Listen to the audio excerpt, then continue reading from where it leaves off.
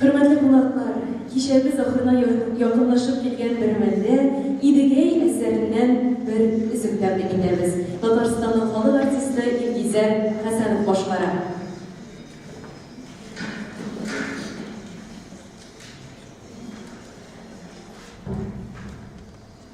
Ay haniyam,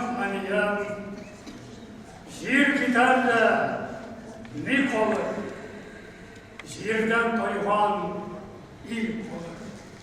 İlk gitarda nik olur, ilk gitarda yurt olur. Yurt gitarda süt olur, ak bükrekten süt ingen, sözü tatlı til olur.